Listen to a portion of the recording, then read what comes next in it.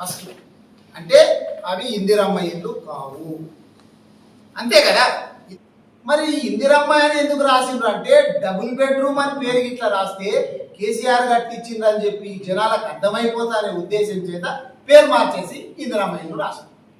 ఆదివారం రోజు అధికారులు లేకుండా ప్రైవేటు వ్యక్తులు ప్రజల చేత ఎన్నుకోబడ్డటువంటి ప్రజాప్రతినిధులు కుమ్ముక్కైపోయి అక్కడ పంపిణీ కార్యక్రమం పెట్టి 200 ఇళ్లకు డ్రా తీసిండ్రు అని చెప్పి చెప్తున్నారు.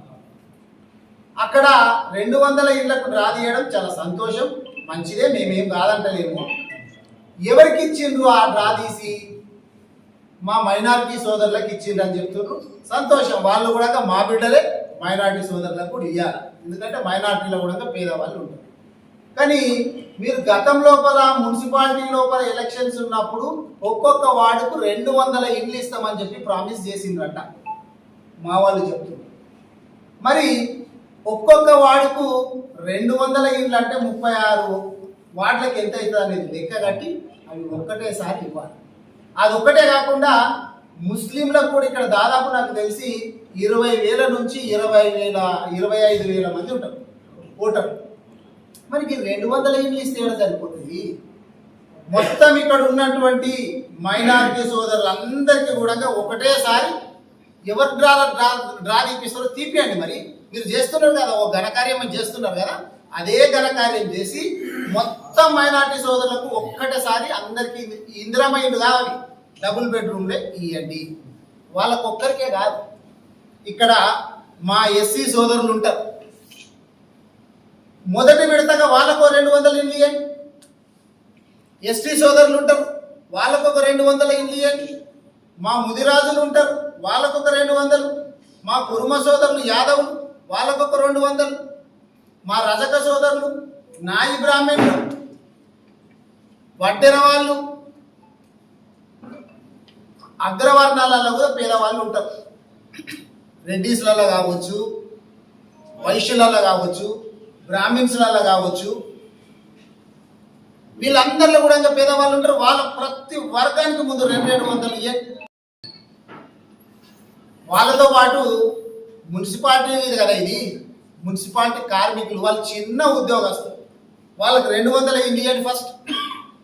మా ప్రెస్ వాళ్ళు పాపం వీళ్ళు పొద్దుటి నుంచి సాయంత్రం వాళ్ళకి వీళ్ళు కష్టపడుతుంటారు, వీళ్ళకి కూడా చాలా మంది పేదవాళ్ళు ఉంటారు. ఎలక్ట్రానిక్ మీడియా కానీ ప్రింట్ మీడియా కానీ వీళ్ళకి కూడా 200 ఇవ్వండి ఫస్ట్. ఆ ఉద్యమకారులు ఉన్నారు, వాళ్ళకు 200 ఇవ్వండి. ఎందుకంటే మీరు ఇస్తున్నది డబుల్ బెడ్రూమ్ ఇల్లు, దానికి పేరు మార్చి ఇందిరమ్మ ఇల్లు అని చెప్పి నామకరణం చేసి అధికారులను పక్కన పెట్టి ప్రైవేటు వ్యక్తులు ప్రజాప్రతినిధులు కుమ్ముక్కైపోయి ఈ వ్యవహారం అంతా నడిపిస్తున్నారంటే దీని వెనక ఎవరున్నారు? అసలు ఇది ముఖ్యమంత్రి గారి వరకు తెలుసా, లేకపోతే ఎమ్మెల్యే గారికి తెలిసి జరుగుతుందా, తెలియక జరుగుతుందా? నాకైతే తెలియదు. మరి ఎమ్మెల్యే గారి దృష్టిలో ఉందా లేదా? మరి ఆ సంస్థ, ఆ ట్రస్ట్ ఈరోజు ఇందిరమ్మ ఇల్లు పంపిణీ చేస్తుంది.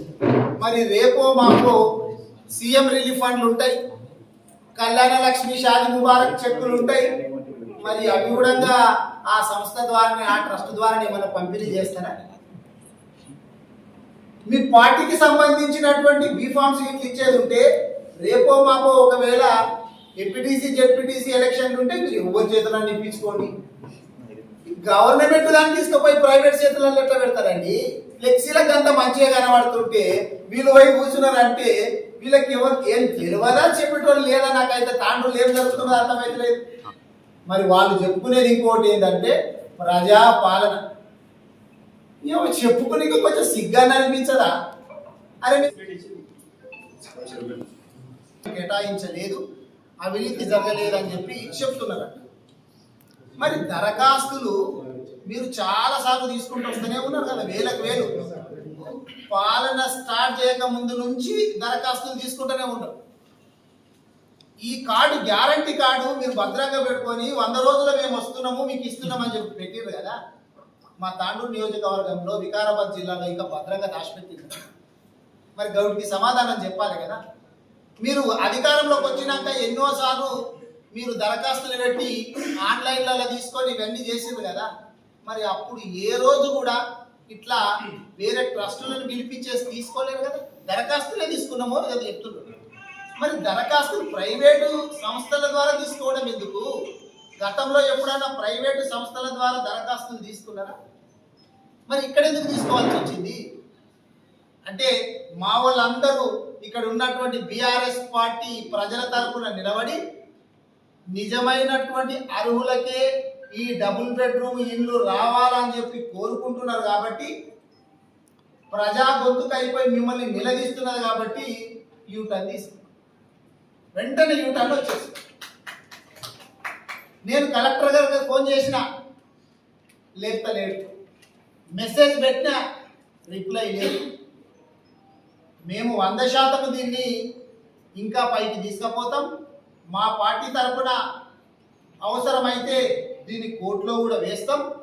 మా లీగల్ సెల్ ద్వారా ఏమేమి కార్యక్రమాలు చేయాలో, ఎవరెవరిని పార్టీలు చేయాలో ఖచ్చితంగా మేము ముందుకు పోతాం.